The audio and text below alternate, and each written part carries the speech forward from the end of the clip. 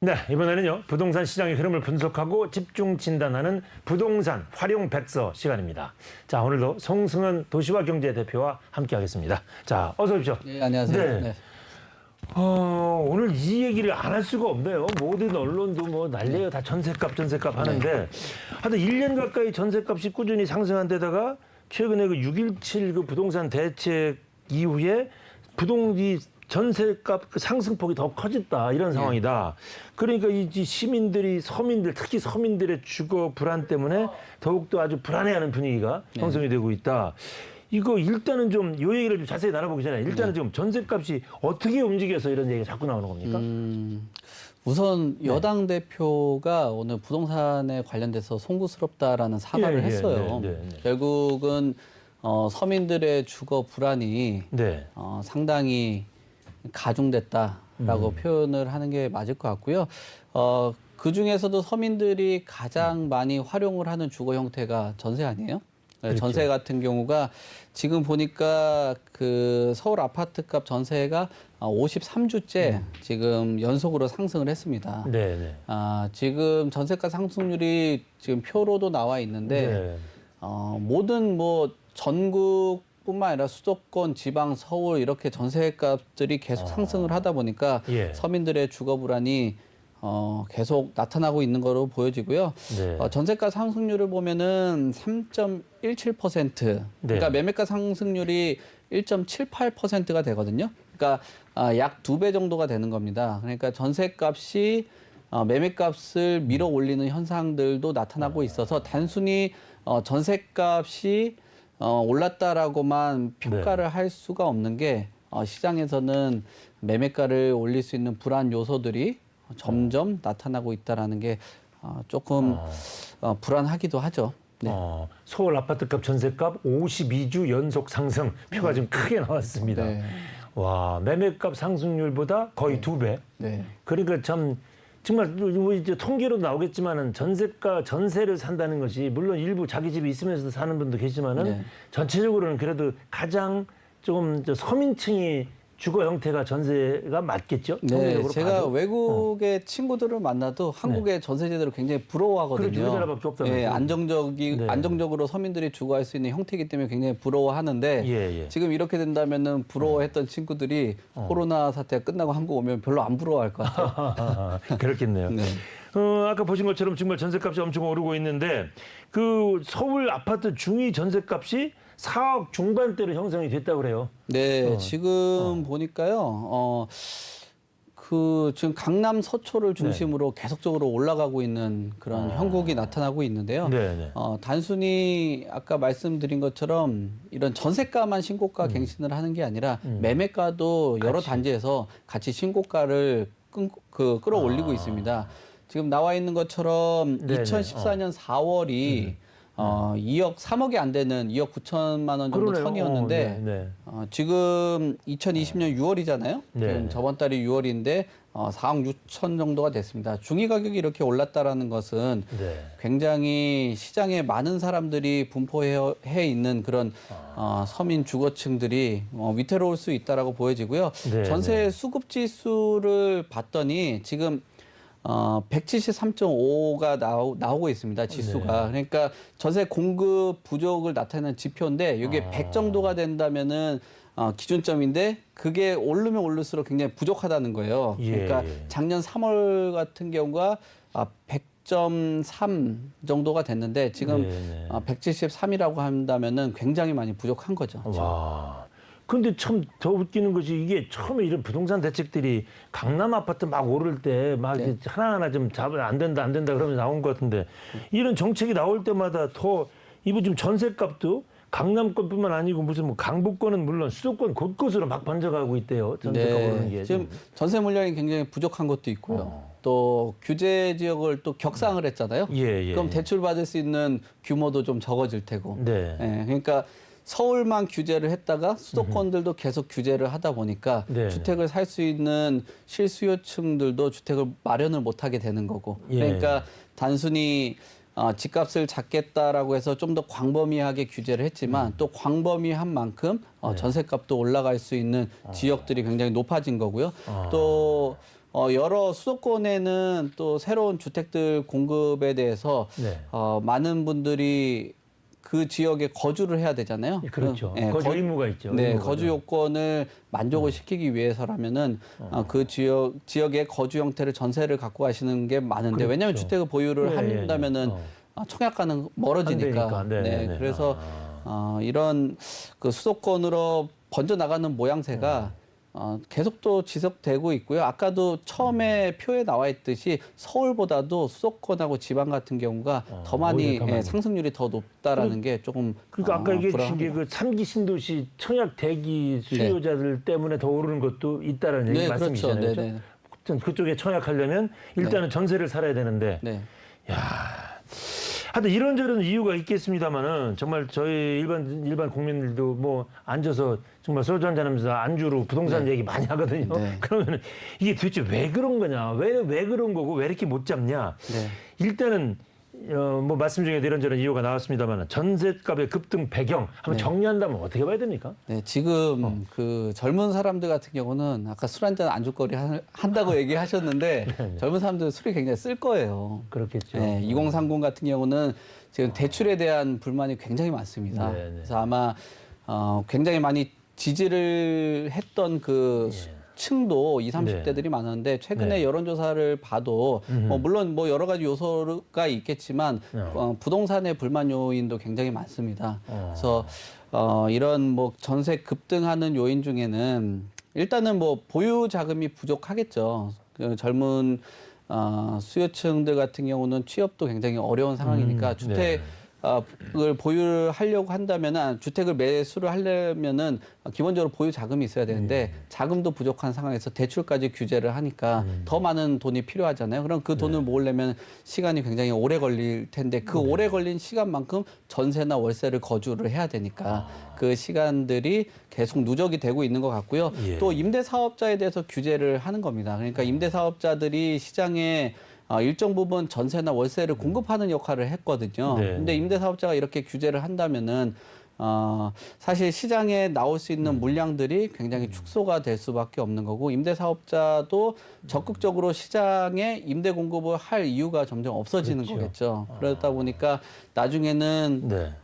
이런 것들이 축소가 되면 될수록 뭐 임대주택에 대한 질도 굉장히 떨어질 것으로 보여지기도 하고요. 또 어쩌면 임차인들을 골라서 받으려고도 할 겁니다. 그러면 그렇게 된다면 서로 경쟁을 하면서 그렇죠. 주택을 그 임차를 해야 되니까 그 안에서도 여러 가지 갈등이 생길 것으로 보여집니다. 예, 그러니까 지금 죄송합니다만 참 이 정부가 어느 정부보다도 사실은 서민을 위한 정부다라는 걸 많이 강조하고 있는데 네. 이 부동산 정책에 관한은 전혀 서민들을 위한 정책이 안 되는 것 같아서 좀 답답하거든요, 사실은. 그런데 지금 일부에서는 이런 전셋값 상승 분위기가 여러 가지 이유로 당분간은 지속될 것이다. 뭐 저금리 기조 계속되고 있지, 뭐 네. 재건축도 자꾸 까다로워지지, 네. 뭐 또 주택 임대차법 3법 좀 준비하고 있지. 네. 공감하십니까, 그에도? 네, 그거 공감하고요. 네네. 지금 수요자들 재건축 단지를 비롯해서 여러 주택을 공급하는 임대인들 같은 경우는 네. 굉장히 예민한 게 이 실거주 요건입니다. 그러니까 예전에는 실거주를 안 하고 네. 주택들을 임대 시장에 내놨거든요. 근데 본인들이 실거주를 해야지 장기 보유 특별 공제도 받을 수 있게 되는 거고 또 재건축 같은 경우도 자격을 얻기 위해서는 또 실거주를 해야 되잖아요. 그러니까 결국은 뭐 그런 얘기를 합니다. 뭐 총량은 똑같다라고 하지만 네네. 사실 전셋값들이 오르는 지역은 특정 그 계층들이 많이 몰리는 거거든요. 뭐 학군이라든지 아니면은 직장이 가깝다든지 이런 부분들이 있는데 이런 조건들이 강조가 된다면 직장 가까운데 사실상 은퇴하신 분들이 들어가서 살게 되는 거고 교육을 마친 사람들 네네. 같은 경우도 교육은 마쳤는데 애들은 다 장성을 하고 결혼도 했는데도 그 본인들 지역에 살 필요 없는데도. 네, 본인들이 들어가서 살아야 되는 거예요. 그리고 네네. 익숙하지도 않았던 그런 지역에 그곳에 살면서도 환경 같은 경우도 내 집을 놓고 2년, 3년 동안 거주를 한다 보니까 단순히 전세가 급등뿐만 아니라 과연 이런 그 거주를 하는 게 필요한 건가? 결국은 어떤 젊은 사람들이 직장 가까운 곳에 주택 공급을 정부에서 못 한다면 이런 사람들이 공급을 해왔는데 그런 공급마저도 본인들이 실거주를 해야 돼 버리니까 그러면은 뭐 집주인들 같은 경우는 큰 인센티브나 아니면은 뭐 임대를 관련해 가지고 수익률이 높지 않다라면은 뭐 임대 시장에 놓지 않겠죠. 그렇다 보니까 수익률을 바라기 때문에 전세가라든지 월세가들이 올라갈 수밖에 없는. 네.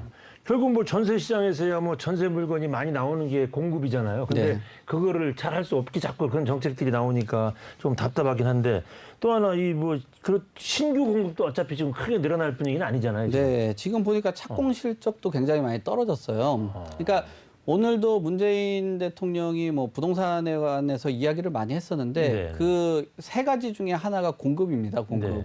그 공급이 굉장히 부족하다라는 것을 알고 있는 것 같고요. 또 3기 예. 신도시 같은 경우도 시간이 상당히 걸리잖아요. 근데 조금 걱정을 하는 건 뭐냐면은 공급이 나올 수 있는 뭐 재건축이나 재개발 같은 경우는 거의 뭐 규제로 틀어막다시피 하고 공급은 늘려라. 어떤 네네. 방법을 동원해서라도 늘려라라고 하는 게 이게 사실 좀 냉정하게 평가하면 앞뒤가 좀 잘 맞지는 않아요. 그러니까 뭐 가로주택 정비 사업이라든지 공공재개발을 통해서 주택 공급을 하라고 하는데 지금 당장 전셋값들이 올라가고 하는 이유는 뭐냐면 지금 집이 필요한 사람들의 이동들이 계속 일어나고 있고 수요가 쌓여가고 있는 거거든요. 네. 그러니까 공공에서 재개발을 하고 3기 신도시를 한다고 해도 민간 쪽에서 같이 공급을 한다면 훨씬 더 수월할 텐데 왜 이렇게 규제를 자꾸 하는지 모르겠고 처음에는 지지를 했던 사람들마저도 이제는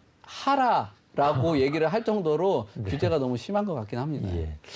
아니 이런 얘기도 나오더라고요. 사실 이번에 지난 며칠 전 있었던 그 대책 21번째 대책은 뭐 갭 투자는 꼭 잡아야 돼 이런 이유 때문에도 한 것 같은데 네. 오히려 현금 부자들은 갭 투자하기가 더 쉬운 거 아니냐 이런 얘기도 네. 나오더라고요. 네. 지금 얼마 전에 어떤 뭐 언론에 나와서 이야기를 한 것 같긴 한데 네. 현금을 가지고 하는 거는 어쩔 수 없다라고 이야기를 해요. 아, 정책 위반자들이요? 네, 그러니까 오호. 현금을 가지고 하기 수월한다는 거는 대출 네. 활용도를 적게 하는 거잖아요. 그러니까 네. 매매가하고 전세가가 가까우면 가까울수록 현금을 가지고 사기가 좋겠죠. 그렇죠. 근데 지금 전세값들이 올라가고 있는 상황이라 아까 처음에 2배라고 그랬잖아요. 네, 그러니까 매매가는 옆으로 횡보하는 상황에서 전세가들은 올라가니까 그 갭이 굉장히 줄어들겠죠. 그렇죠. 그렇다 보면은 현금이 있는 사람들 같은 경우는 최근에 은행에 한 1억 넣어놔도 월 한 8만 원 정도밖에 안 나와요. 그렇죠. 네. 그렇다 보면은 결국은 부동산 안정적인 상품이라고 생각하는 부동산 또는 수익률을 높일 수 있는 주식 시장으로 갈 수밖에 없는 상황인데 이런 갭 투자 같은 경우도 여러 투자 대안 중에 하나이기 때문에 현금 부자들은 이런 부동산 시장들 또 최근 뭐 부동산 가격이 계속 올라가다 보니까 굉장히 투자했을 때 수익률, 기대 수익률이 높기 때문에 자금들이 계속 흘러가고 있는 것 같습니다. 그렇다면 이건 정말로 뭔가 잘못된 정책이 아닌가 싶기도 한데 하여튼 더 걱정되는 거는 월세도 전세가 오르면 월세도 따라 오르잖아요. 네. 그러다 보니까 이게 사회 뭐 직장 생활 처음 시작하는 20대들 네. 뭐 30, 30살 전후 네. 아니면 뭐 학생층 많이 있는 이제 원룸촌들 네, 네. 이런 데가 또 월세가 치솟고 있대요. 이거 큰 걱정이에요, 정말. 네, 지금 주거비 부담에 대해서 국토연구원이 과거에 뭐 여러 가지 조사를 했었는데요. 2013년 이후 최고치라고 합니다. 아까도 말씀하신 것처럼 네, 네.